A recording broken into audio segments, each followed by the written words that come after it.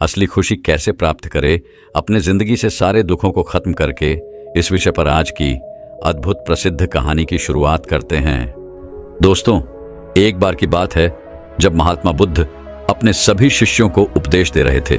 तभी उसी वक्त आनंद भी वहीं पर उपस्थित थे। उन्होंने महात्मा बुद्ध से पूछा, हे बुद्ध, हमारे जीवन में दुख क्यों आता है? इस पर महात्मा बुद्ध कुछ देर मौन रहने के बाद वह अपने सभी शिष्यों से कहते हैं, तुम जो भी किसी को देते हो वो 1000 गुना होकर वापस तुम तक ही लौट आता है। यदि तुम किसी को सुख देते हो तो वह 1000 गुना ज्यादा होकर वापस तुम तक लौट ही आएगा, और वहीं तुम किसी को दुख देते हो तो वह भी 1000 गुना होकर वापस तुम तक ही लौट आएगा। इसलिए हो सके तो दूसरों को सुख देने की कोशिश करो, और यदि तुम उसे सुख नहीं भी दे सकते तो कोई बात नहीं, लेकिन उसे दुख मत दो, क्योंकि वह 1000 गुना होकर एक दिन तुम तक लौट आएगा। जो तुम्हारा है वह तुम तक वापस आ ही जाएगा, क्योंकि वह तुम्हारी चीज है और तुम ही उसके मालिक हो। इसलिए वह चीज एक बार फिर से तुम तक लौट आती है। इस बार आनंद ने महात्मा बुद्ध से एक और प्रश्न करते हुए कहा, किंतु हे बुद्ध, जब हम किसी को दुख देते हैं, किसी को तकलीफ देते हैं, किसी को पीड़ा पहुंचाते हैं, तब वह दुख तकलीफ तो सामने वाले को होती है, और जो उसे तकलीफ दे रहा होता है, जो उसे कष्ट दे रहा होता है, वह तो मन ही मन बहुत खुश होता है। उसे तो सुख की अनुभूति होती है, और इसीलिए तो कोई भी मनुष्य किसी को दुख और पीड़ा में देखकर खुश होता है। और ऐसी अवस्था में जब हमने किसी को कोई चीज दे दी है तो वह हमें वापस कैसे मिलेगी, और वह भी 1000 गुना होकर, भला यह कैसे संभव है? आनंद के इस प्रश्न का जवाब देते हुए महात्मा बुद्ध आनंद से कहते हैं, आनंद, इस दुनिया का निर्माण एक बीज से हुआ है। जिस प्रकार एक बीज को जमीन में लगा देने से एक विशाल वृक्ष सामने प्रकट होता है, और फिर उस वृक्ष पर फल लगते हैं, और फिर उन्हीं फलों में अनेकों बीज उत्पन्न होते हैं, और वह भी 1000 गुना ज्यादा, और एक बार फिर से उन्हीं बीजों के माध्यम से विशाल वृक्ष बनते हैं, और उन्हीं वृक्षों से फल मिलते हैं, और फिर से उन फलों से बीज प्राप्त होता है। इसी तरह यह बार बार 1000 गुना होता ही चला जाता है। इस पर आनंद महात्मा बुद्ध से कहते हैं, किंतु हे बुद्ध, ये तो हमारा मन है, भला हमारे मन में यह प्रक्रिया कैसे काम करती है? इस पर महात्मा बुद्ध आनंद से कहते हैं, आनंद, जब हम किसी को दुख देते हैं, किसी को पीड़ा पहुंचाते हैं, किसी को कष्ट दे रहे होते हैं, तो ठीक उसी वक्त हमारे मन में भी एक बीज बोया जाता है, और वह बीज हम खुद ही बोते हैं, क्योंकि जो भी हमारे मन में होता है वही हम दूसरों को दे पाते हैं। अर्थात यदि हमारे मन में सुख होगा तो हम सुख ही दूसरों को दे पाएंगे, यदि हमारे भीतर दुख होगा तो हम दुख ही दूसरों को देंगे। अर्थात जो हमारे पास है वही हम दूसरों को दे पाते हैं, और जैसे ही हम दूसरों को दुख, पीड़ा या कष्ट देते हैं, वैसे ही एक बीज हम अपने मन में भी बो देते हैं। अब जरा तुम खुद ही सोच लो कि जब वह बीज एक विशाल वृक्ष का रूप लेगा और उस पर फल लगेंगे, और उन फलों से एक बार फिर से बीज पैदा होंगे, और उन बीजों से एक बार फिर से विशाल वृक्ष तैयार होंगे, और उन वृक्षों से एक बार फिर से फल और फलों से बीज निर्मित हो जाएंगे, और उस दौरान तुम अपने मन के द्वारा ही दंडित किए जाओगे। इस पारे आनंद महात्मा बुद्ध से एक बार फिर प्रश्न करते हुए कहते हैं, हे बुद्ध, तो इसका अर्थ क्या हुआ? इसी प्रकार किसी दूसरे को सुख देने पर हमें सुख भी मिलता है। महात्मा बुद्ध आनंद से कहते हैं, आनंद, जब हम किसी को सुख देते हैं, किसी को खुशी देते हैं, किसी के चेहरे पर हम मुस्कुराहट लाते हैं, तो उसका एक बीज हमारे मन में भी बोया जाता है, और वह बोने वाले हम ही होते हैं, और वह भी विशाल वृक्ष का रूप लेता है, और उस विशाल वृक्ष से फल, फल से बीज, उन बीजों से एक बार फिर से वृक्ष, फल और बीज। ठीक इसी प्रकार यह प्रक्रिया चलती रहती है, और वह सुख 1000 गुना होकर हम तक वापस लौट आता है। इस पर आनंद महात्मा बुद्ध से कहते हैं, है तथागत, क्या कोई ऐसा मार्ग है जिसे मैं इसे अनुभव कर सकूं? इस बार बुद्ध आनंद से कहते हैं, भंते, इसके लिए तुम्हें मेरे साथ चलना होगा। इतना कहकर महात्मा बुद्ध अपने स्थान से खड़े हो गए, और आनंद भी उनके साथ चलने के लिए पूरी तरह से तैयार थे। महात्मा बुद्ध आनंद को लेकर एक दूसरे स्थान के लिए चल पड़े। काफी देर यात्रा करने के बाद उन्हें रास्ते में एक भूखा व्यक्ति नजर आया। उस भूखे व्यक्ति की ओर इशारा करते हुए महात्मा बुद्ध आनंद से कहते हैं, आनंद, वह देखो, एक बूढ़ा और भूखा व्यक्ति वहां पर बैठा हुआ है। एक काम करो, तुम उसके पास जाओ और उसे भोजन दो और देखो वापस में तुम्हें क्या मिलता है। जो भी तुम्हें मिले मुझे आकर तुम जरूर बताना। आनंद महात्मा बुद्ध की बात मान लेते हैं। वह उस बूढ़े और भूखे व्यक्ति के पास जा पहुंचते हैं और उस भूखे व्यक्ति से कहते हैं, क्या आप भूखे हैं? अगर हां तो आप चाहें तो मेरे पास कुछ भोजन है, मैं आपको वो दे सकता हूं और आप उस भोजन को ग्रहण कर सकते हैं और अपनी भूख शांत कर सकते हैं। इस पर वह बूढ़ा व्यक्ति आनंद से कहता है, हे महात्मा, मैं बहुत भूखा हूं, मुझे बहुत जोरों की भूख लगी है। अगर आप मुझे भोजन देंगे तो मैं आपका बहुत आभारी रहूंगा। आनंद ने मुस्कुराते हुए उस बूढ़े व्यक्ति को भोजन थमा दिया। इस पर वह बूढ़ा व्यक्ति आनंद से कहता है, सुखी रहो, खुश रहो। इसके बाद आनंद वापस महात्मा बुद्ध के पास लौटे। इस पर महात्मा बुद्ध ने आनंद से पूछा, आनंद, तुम्हें वहां पर क्या प्राप्त हुआ? इस पर आनंद थोड़ा सा उदास तौर में महात्मा बुद्ध से कहते हैं, तथागत, मुझे तो वहां पर कुछ भी प्राप्त नहीं हुआ। उस बूढ़े व्यक्ति ने मुझे कुछ भी नहीं दिया। इस पर महात्मा बुद्ध मुस्कुराने लगे और आनंद से कहते हैं, आनंद, यही तो हमारी समस्या है कि हमें कुछ मिल भी जाता है और हमें पता तक नहीं चलता। इसी कारण हम दूसरों को दुख ज्यादा देते हैं और सुख कम देते हैं। आनंद महात्मा बुद्ध की यह बात सुनकर समझ नहीं पा रहा था। तब यह आनंद महात्मा बुद्ध से कहते हैं, तथागत, आप क्या कहना चाहते हैं? मैं आपकी बात समझ नहीं पाया। इस पर बुद्ध मुस्कुराते हुए आनंद से कहते हैं, आनंद, जब तुमने उस बुढ़े व्यक्ति को भोजन दिया, उन्हें भोजन कराया, तो क्या तुम्हें सुख की अनुभूति नहीं हुई? क्या तुम्हें भीतर से एक खुशी की तरंगे महसूस नहीं हुई? क्या तुम्हें तनिक भी अच्छा नहीं लगा? और क्या उस व्यक्ति ने तुम्हें जाते वक्त आशीर्वाद नहीं दिया? इस बार आनंद जवाब देते हुए महात्मा बुद्ध से कहता है, हां, मुझे बहुत खुशी हुई। अंतर्मन में एक परम सुख का अनुभव हुआ और इस बूढ़े व्यक्ति ने मुझे आशीर्वाद भी दिया। इस पर महात्मा बुद्ध आनंद से कहते हैं, भंते, यही तो मैं कह रहा हूं कि यहां से तुम्हें 2 बीज प्राप्त हुए हैं और केवल अभी तक तुम्हें बीज मिले हैं और उन बीजों से ही तुम्हें इतनी खुशी हो रही है, जबकि अभी तो ये बीज मात्र ही है। जब ये विशाल पेड़ का रूप लेंगे तो तुम्हें 1000 गुना उससे भी ज्यादा सुख प्राप्त होगा। आनंद को महात्मा बुद्ध की बात समझ में आ चुकी थी। तभी महात्मा बुद्ध आनंद से कहते हैं, और आगे चल। इतना कहकर महात्मा बुद्ध और आनंद आगे चल पड़ते हैं।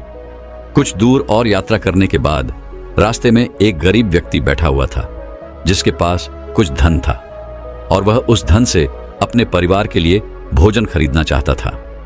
तभी उस गरीब व्यक्ति की ओर इशारा करते हुए महात्मा बुद्ध आनंद से कहते हैं, आनंद, तुम्हें वह गरीब व्यक्ति नजर आ रहा है?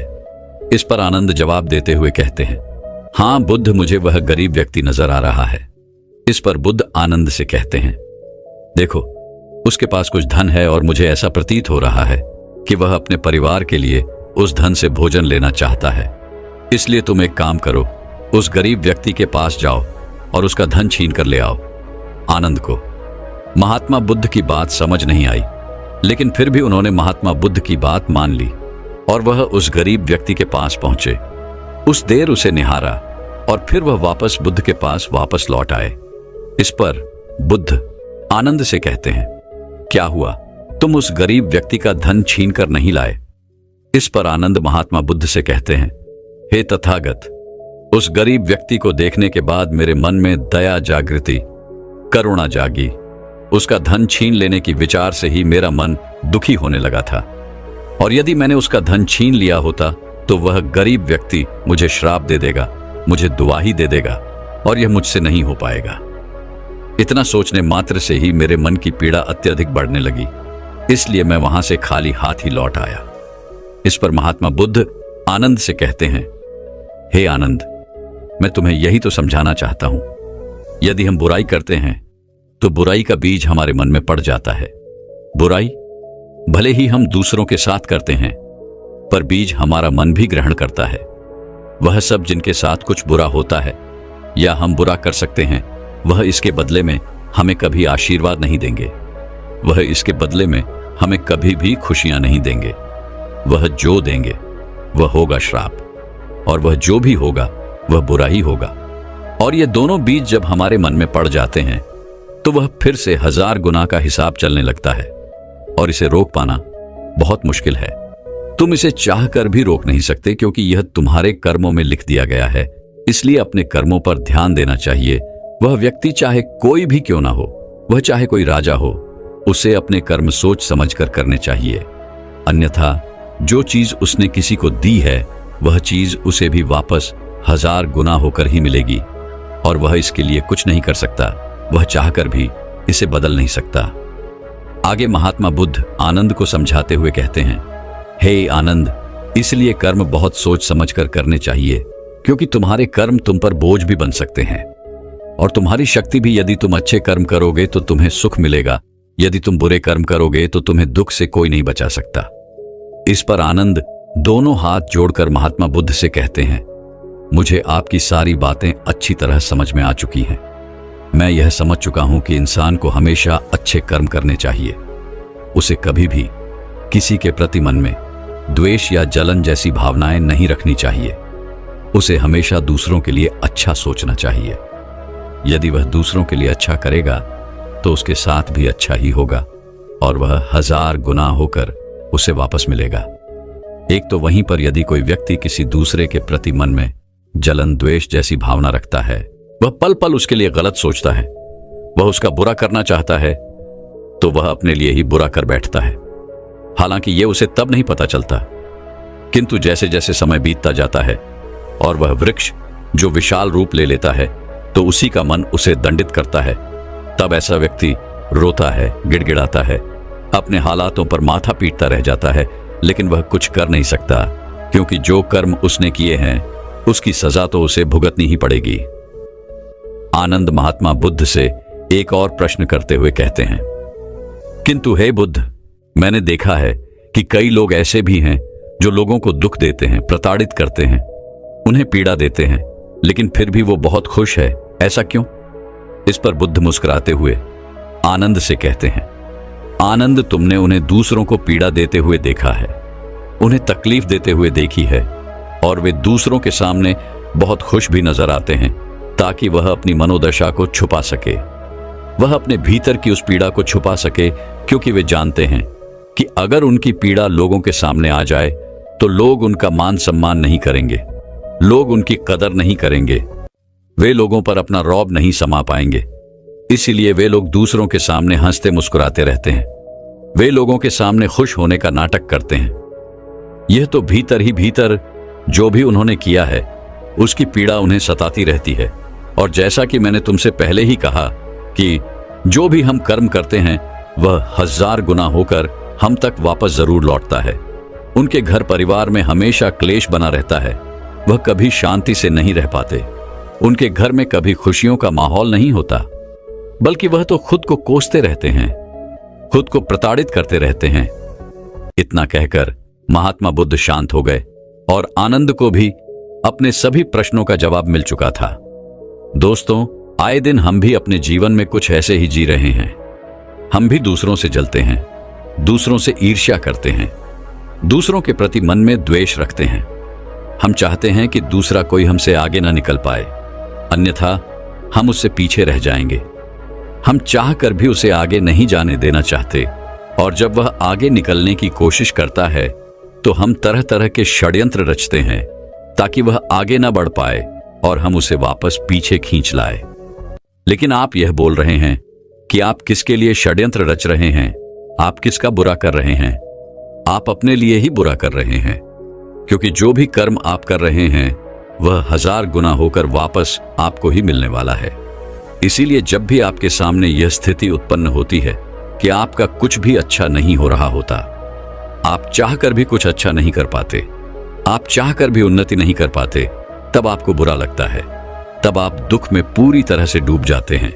आप चाहकर भी अपने लिए अच्छा नहीं कर पाते और उसके दौरान भी आप अपनी गलतियों को नहीं मानना चाहते, बल्कि आप उन गलतियों का दोष दूसरों पर मढ़ देते हैं। आपको लगता है कि आपके साथ जो कुछ भी हो रहा है उसका कारण कोई दूसरा व्यक्ति है, किंतु ऐसा नहीं है। आपके साथ जो कुछ भी हो रहा है वह आपके द्वारा किए गए कर्मों का ही फल है जो 1000 गुना होकर आपको ही वापस मिल रहा है। इसलिए अच्छे कर्म कीजिए। यदि आप अच्छे कर्म करेंगे तो आपको भी अच्छा फल ही मिलेगा। यदि आप किसी के लिए अच्छा सोचेंगे, उसकी उन्नति के बारे में सोचेंगे, तो आपके साथ भी वैसा ही होगा। आपकी उन्नति होगी, आपके साथ हमेशा अच्छा होगा, आप हमेशा खुश रहेंगे और आपको किसी चीज की कोई कमी नहीं होगी। किंतु वहीं पर यदि आप किसी के लिए बुरा सोचते हैं, किसी के प्रति द्वेष या जलन की भावना रखते हैं और उसे आगे नहीं बढ़ना देना चाहते हैं, तो आपके साथ भी वैसा ही होगा। आप चाहकर भी आगे नहीं बढ़ पाएंगे। आपका मन हमेशा प्रताड़ित रहेगा। आप चाहकर भी खुश नहीं रह पाएंगे। आपके घर में हमेशा कलश होगा और आप हमेशा दुखी रहेंगे। इसलिए आज से ही जब भी आपके मन में नकारात्मक भावनाएं उत्पन्न हो, किसी को देखकर आपके मन में षड्यंत्र रचने की इच्छा जागृत हो, तो अपने आप से सवाल करें कि क्या यह सही है जो भी मैं सोच रहा हूं? क्या यह करना उचित है?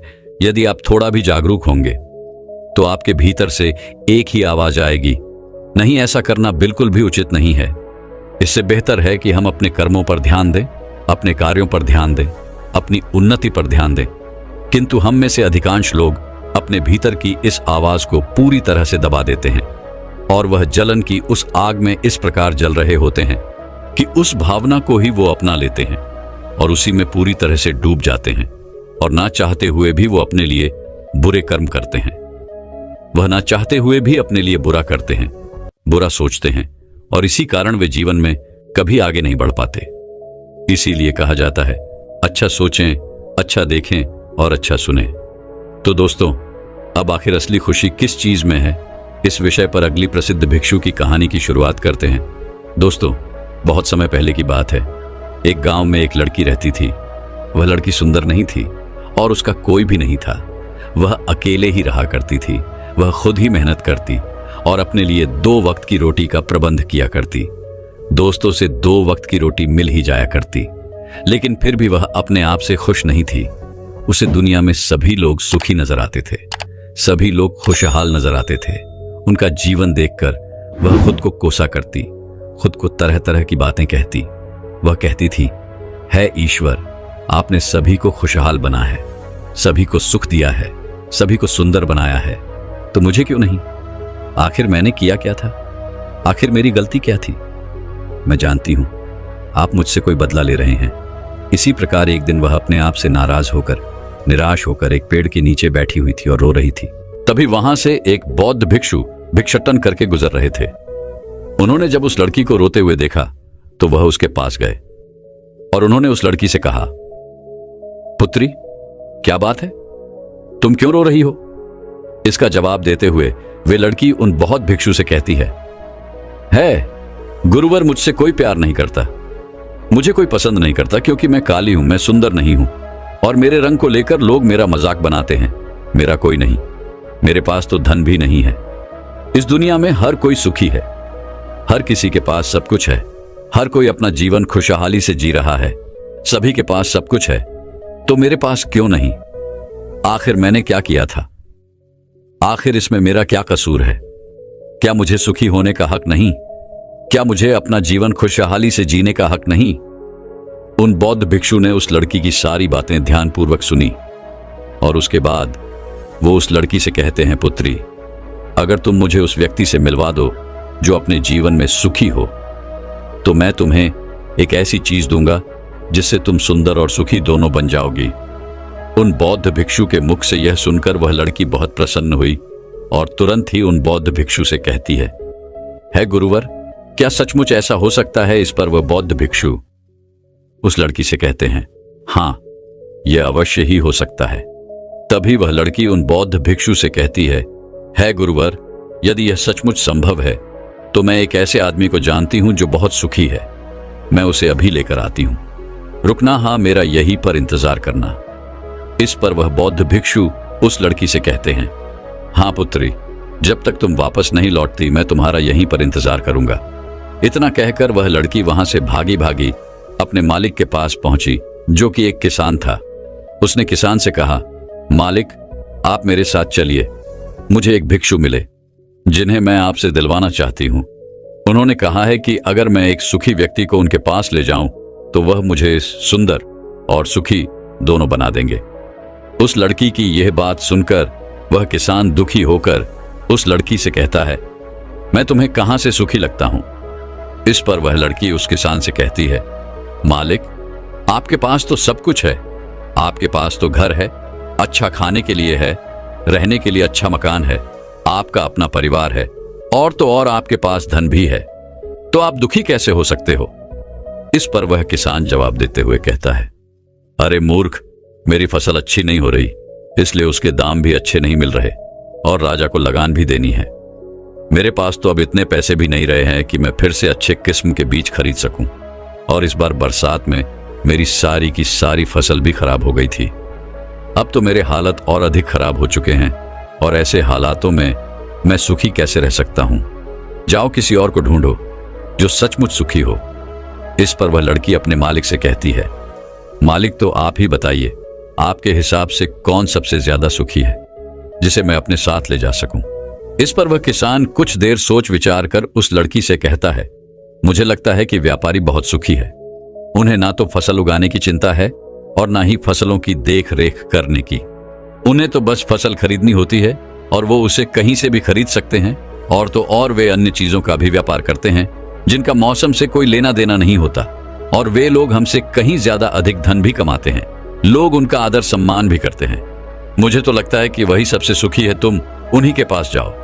वह लड़की अपने मालिक की बात सुनकर वहां से भागे भागे एक व्यापारी के पास जा पहुंची और उस व्यापारी से कहती है, मालिक, आप मेरे साथ चलिए, मुझे एक भिक्षु मिले हैं जिन्हें मैं आपसे मिलवाना चाहती हूं। उन्होंने कहा है कि किसी ऐसे सुखी व्यक्ति को ले आओ जो सचमुच सुखी हो, और उसके बाद वो मुझे एक ऐसी चीज देंगे जिससे मैं सुंदर और सुखी दोनों हो जाऊंगी। उस लड़की की यह बात सुनकर व्यापारी दुख भरे शब्दों में उस लड़की से कहता है, अरे हमारे जीवन में कहां सुख है। चारों ओर से तो हमें दुख ने ही घेर रखा है। चोर लुटेरे डकैत, हमें सबका ध्यान रखना पड़ता है। व्यापार में अभी बहुत घाटा भी चल रहा है, और तो राजा हमसे अतिरिक्त कर भी वसूल रहे हैं, जिससे अब व्यापार करने में बहुत दिक्कत आने लगी है। हमें सुरक्षा भी नहीं मिल पा रही। जीवन पर हमेशा कोई ना कोई संकट मंडराता ही रहता है। मुझे तो ऐसा लगता है कि मुझसे दुखी इस दुनिया में और कोई नहीं। इस पर वह लड़की उस व्यापारी से कहती है, परंतु मालिक, आपके पास तो इतना धन है, आपके पास इतनी जमीन जायदाद है, आपके पास इतना अन्न है, रहने के लिए इतना बड़ा मकान और खाने पीने के लिए हर प्रकार की सुविधाएं हैं, इसके बाद भी आप दुखी हैं। ये बहुत अजीब सी बात है। मुझे तो लगता था कि आप बहुत सुखी होंगे। खैर कोई बात नहीं, कृपया करके मुझे कोई ऐसा व्यक्ति बताइए जो आपके हिसाब से बहुत सुखी हो, जिससे मैं उन बहुत भिक्षु के पास ले जा सकूं। वह व्यापारी कुछ देर सोच विचार कर उस लड़की से कहता है, मुझे लगता है कि राज्य के अधिकारी बहुत सुखी हैं। वह सीधा राजा से संबंध रखते हैं, उनके पास अधिकार है, और वह धनवान भी हैं। वह तो लुटेरे और डकैतों से भी नहीं डरते, और वही लोग हमसे धन भी वसूलते हैं, और हमें उनके सामने आदर में झुकना ही पड़ता है, और सभी लोग उनका बहुत मान सम्मान भी करते हैं। मुझे नहीं लगता कि उनके जीवन में कोई भी दुख होगा, और मुझे लगता है कि वही सबसे सुखी है। काश मैं भी राजा का एक अधिकारी होता, तो मैं भी अपना जीवन आराम से बिता रहा होता। इस पर वह लड़की उस व्यापारी से कहती है, मालिक, क्या आप किसी अधिकारी को जानते हैं? क्या आप मुझे उनसे मिलवा सकते हैं? मैं उन्हें अपने साथ ले जाऊंगी। अगर वो सबसे सुखी हुए तो इसके बाद मुझे वह बौद्ध भिक्षु कुछ ऐसी चीज देंगे जिससे मैं भी सुंदर और सुखी हो जाऊंगी। बताइए ना, आप मुझे किसी अधिकार से मिला सकते हैं? मैं आपकी बहुत आभारी रहूंगी। व्यापारी को उस लड़की पर दया गई। उसने उस लड़की को एक अधिकारी से मिलवा ही दिया। लड़की ने अधिकारी से मिलने के बाद उस अधिकारी से कहा, मालिक, आप मेरे साथ चलिए। मुझे एक भिक्षु मिले हैं जिन्हें मैं आपसे मिलवाना चाहती हूं। उन्होंने मुझसे कहा है कि अगर मैं एक सुखी व्यक्ति को उनसे मिलवा दूंगी तो वह मुझे एक ऐसी चीज देंगे जिससे मैं सुंदर और सुखी दोनों हो जाऊंगी। इस पर वह अधिकारी उस लड़की से कहता है, तुम्हें किसने कह दिया कि मैं सुखी हूं? अरे मेरे जैसा दुखी व्यक्ति तो इस दुनिया में और कोई नहीं होगा। तुम्हें नहीं पता, लेकिन हम पर कितना दबाव होता है, हमारे ऊपर कितनी जिम्मेदारियां होती हैं। हमें हर एक आदेश को पूरा करना होता है, और वो आदेश भी इतनी आसानी से पूरे नहीं होते। उनके लिए हमें कितनी मुश्किल उठानी पड़ती है, कितनी दिक्कतों का सामना करना पड़ता है। राजा कुछ भी आदेश पारित कर देते हैं और उसे हमें लागू करना पड़ता है। जनता का गुस्सा और तरह तरह की मुश्किलें, सभी परिणाम हमें ही झेलने पड़ते हैं। और तुम्हें लगता है कि मैं सुखी हूं, ऐसा कुछ भी नहीं है। अगर वह भिक्षु तुम्हें सुखी कर दे तो तुम उसे मुझे भी मिलवाना। मैं भी तो सुखी होना चाहता हूं, मुझे भी अपना जीवन खुशहाली से बिताना है। भला अधिकारी बनकर मुझे क्या मिला? रोज रोज तरह तरह के तनाव। इस पर वे लड़की आश्चर्य से उस अधिकारी से कहती है, मालिक, जहां तक मैं सोचती थी कि आप सबसे सुखी हैं, लेकिन आप भी सुखी नहीं लग रहे। परंतु आपको क्या लगता है, इस दुनिया में कोई ऐसा व्यक्ति है जो सबसे सुखी हो? क्या आप मुझे बता सकते हैं? मैं आपकी बहुत बहुत आभारी रहूंगी। उस लड़की की सारी बातें सुनने के बाद उस अधिकारी को उस लड़की पर दया आ गई। उस अधिकारी ने उस लड़की से कहा, देखो, मुझे तो ऐसा लगता है कि इस पूरे राज्य में केवल एकमात्र व्यक्ति ही सुखी है, और वह है इस राज्य का राजा। मुझे तो केवल वही सुखी लगते हैं। उन्हें किसी की सुननी नहीं पड़ती। वो नियम बनाते हैं, आदेश देते हैं, सुरक्षा कर्मियों से घिरे रहते हैं, और सब उनके सामने झुकते भी हैं। ना उन्हें धन की कमी है और ना जमीन जायदाद की। सारे धरती को उन्होंने जीत लिया है। वह सबके मालिक है, और सबसे उच्च वही है जो एकमात्र सुखी व्यक्ति है। काश मैं भी किसी राजा के घर पर जन्मा होता तो आज मैं भी बहुत सुखी होता। उस अधिकारी की यह सारी बातें सुनकर वह लड़की उस अधिकारी से कहती है, मालिक, आपसे एक विनती है, क्या आप मुझे एक बार राजा से मिलवा सकते हैं? आपका बहुत एहसान होगा। बस एक बार राजा से मिला है। मैं उनसे कुछ पूछना चाहती हूं। लड़की का चेहरा देखकर अधिकारी को लड़की पर दया आ गई। उसने कहा, चलो ठीक है, मैं अभी राज दरबार ही जा रहा हूं। एक काम करो, तुम भी मेरे साथ ही चलो, और वहां पर राजा से तुम्हें जो भी पूछना है तुम पूछ लेना। इतना कहकर वह अधिकारी उस लड़की को राज दरबार ले गया। राज दरबार पहुंचने के बाद अधिकारी की विनती करने पर राजा उस लड़की की बात सुनने के लिए तैयार हुए, और उस लड़की को राज दरबार में बुलाया गया। राजा ने उस लड़की से कहा, बेटी, तुम अपनी बात निडर होकर कहो। तुम्हें क्या कहना है? तुम मुझसे क्या पूछने आई हो? इस पर वह लड़की थोड़ा घबराते हुए, थोड़ा डरते हुए राजा से कहती है राजन, मैं एक संपूर्ण सुखी व्यक्ति को ढूंढ रही हूं। मुझे एक भिक्षु मिले हैं, और उन्होंने मुझसे कहा है कि यदि तुम कोई ऐसा सुखी व्यक्ति मुझसे मिलवा दो तो मैं तुम्हें एक ऐसी चीज दूंगा जिससे तुम सुंदर और सुखी दोनों हो जाओगी। काफी लोगों से मिलने के बाद मुझे यह पता चला कि आप ही हैं जो इस दुनिया में एकमात्र सुखी व्यक्ति हैं। तो क्या आप मेरे साथ उन भिक्षु से मिलने चलेंगे? आपका बड़ा एहसान होगा। राजा उस लड़की की बात ध्यानपूर्वक सुनता है और उसके बाद जोर जोर से हंसने लगता है और उस लड़की से कहता है, अच्छा, सबकी तरह तुम्हें भी लगता है कि मैं इस दुनिया का सबसे सुखी व्यक्ति हूं।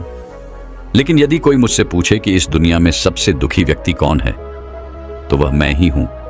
मेरे पास नींद नहीं है, मेरे पास आराम नहीं है, मैं आराम से सो नहीं पाता। अंगरक्षक हमेशा मेरे आसपास रहते हैं, उनके बिना मैं अकेले कहीं जा भी नहीं सकता। जरा सी आहट होती है तो नींद टूट जाती है। डर हमेशा लगा रहता है, क्योंकि मेरे दुश्मन मेरे घर में ही रहते हैं, जिनका मुझे पता तक नहीं कौन, कब और कहां से मुझ पर वार कर दे। कुछ नहीं कह सकता। यहां बैठे सभी लोग मेरे दुश्मन ही तो हैं, वे सभी मेरे शत्रु हैं।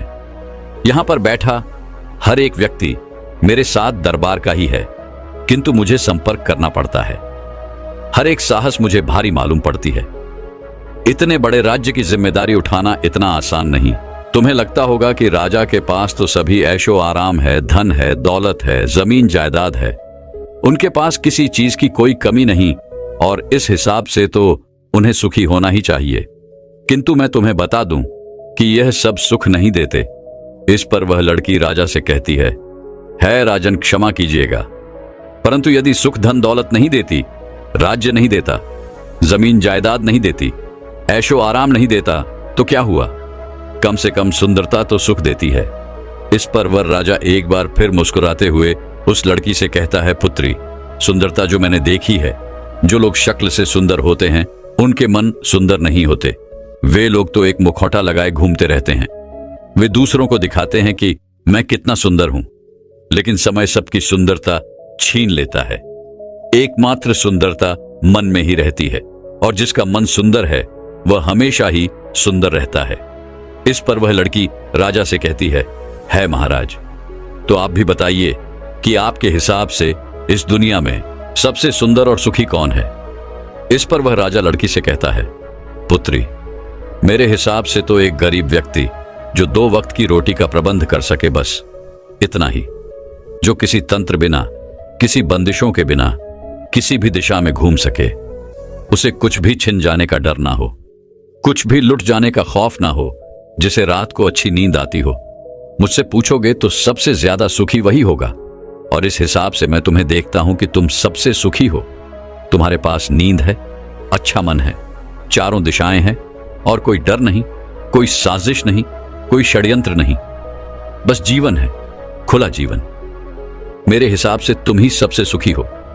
राजा की ये सारी बातें सुनकर एक पल के लिए वह लड़की सोच में पड़ गई, और तभी उसे इस बात का एहसास भी हो गया कि वाकई में वह एकमात्र सुखी है, वही सुंदर है। और अब वह चाहे जैसी भी थी, उसे खुद के होने पर गर्व होने लगा। वह पूरे दिन यहां वहां भटकते हुए आखिरकार हार कर, लेकिन संपूर्ण सुख लिए, वह चेहरे पर मुस्कान ली। प्रकृति से बातें करते हुए वह उन बौद्ध भिक्षु के पास वापस लौटी, और उसने उन बौद्ध भिक्षु से कहा, है गुरुवर, मैं यहां से गई थी तो मुझे लग रहा था कि मैं ही सबसे दुखी हूं और मैं ही सबसे बदसूरत हूं, लेकिन यहां से जाने के बाद जैसे जैसे मैं लोगों से मिलती गई, मुझे यह एहसास होने लगा कि इस दुनिया में सबसे सुखी व्यक्ति तो मैं ही हूं। हां, यह बात और है, मैं किसी सुखी व्यक्ति को आपके पास ला ना सकी, क्योंकि मुझे लगता था कि मुझे छोड़कर सब सुखी है। लेकिन बात तो कुछ उल्टी ही हो गई।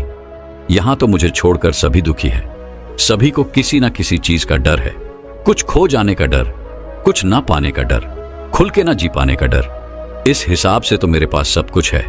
मैं खुशी से झूम सकती हूं, गा सकती हूं, जहां मन करे वहां जा सकती हूं, और 2 वक्त की रोटी का इंतजाम करने के लिए मेरे पास ये हाथ और पैर भी हैं। मुझे किसी चीज का कोई गम नहीं। मेरे पास ऐसा कुछ नहीं जिसके खोने का डर मुझे सताए।